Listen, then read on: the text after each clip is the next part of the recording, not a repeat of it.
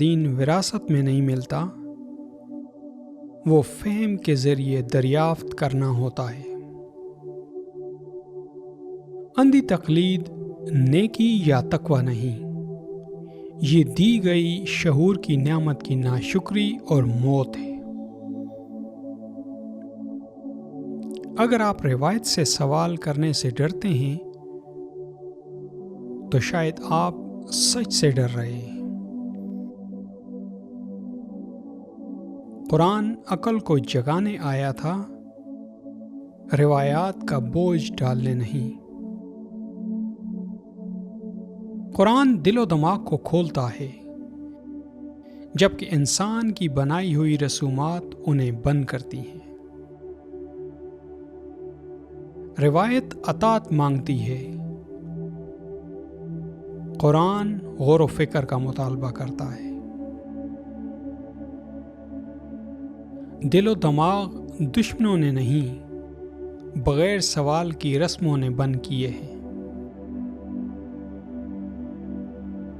اگر آپ کا عقیدہ سوالوں سے ڈرتا ہے تو وہ سچ نہیں، تربیت کا نتیجہ ہے۔ قرآن رٹنے کی نہیں، سمجھنے اور عمل میں لانے کی کتاب ہے۔ اپنا راستہ رسم و رواج کی وراثت سے نہ لو، اسے تلاش کرو۔ قرآن فرقے بنانے کے لیے نہیں آیا تھا، فرقے تو ذہنی انتشار اور جہالت پیدا کرتی ہے۔ قرآن سچائی ہے، اور سچائی یعنی اصل حقیقت تو اتفاق ترتیب دیتی ہے۔ اب آپ خود سوچئے کہ یہ فرقے کس کی پیداوار ہے؟ قرآن فرقے بنانے کے لیے نہیں آیا تھا، یہ تو سچائی کی تلاش کرتے سوچنے والے لوگ پیدا کرنے کے لیے آیا تھا۔ سوالوں کو دبانا دین نہیں، یہ آمریت کا بیس اور جہالت کا ایک انداز ہے۔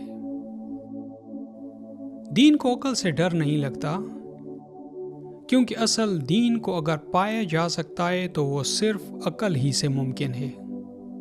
ہاں، جہالت البتہ عقل کو اپنا دشمن سمجھتی ہے۔ سچ کو عقل سے ڈر نہیں ہوتا، اندھی وفاداری صرف جھوٹ مانگتا ہے۔ سوچنے والا دماغ صرف انہی کے لیے خطرہ ہوتا ہے جو جہالت سے فائدہ اٹھاتے ہیں۔ گمراہوں کے قدموں کے نشانات پر مت چلو، چاہے وہ کتنے ہی زیادہ کیوں نہ ہوں۔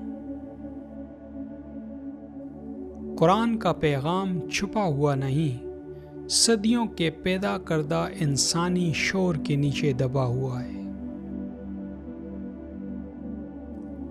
قرآن آپ کو غور کرنے کی دعوت دیتا ہے، اندھی تقلید کی نہیں۔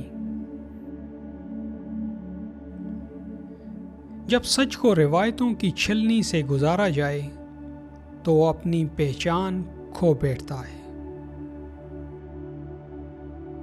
اسلام وراثت میں نہیں ملتا، قرآن سے دریافت ہوتا ہے۔ اونچی آوازوں کو ہدایت نہ سمجھو، تم آزاد پیدا ہوئے تھے، دوسروں کی ذہنی زنجیروں میں قید ہو کر مت مرو۔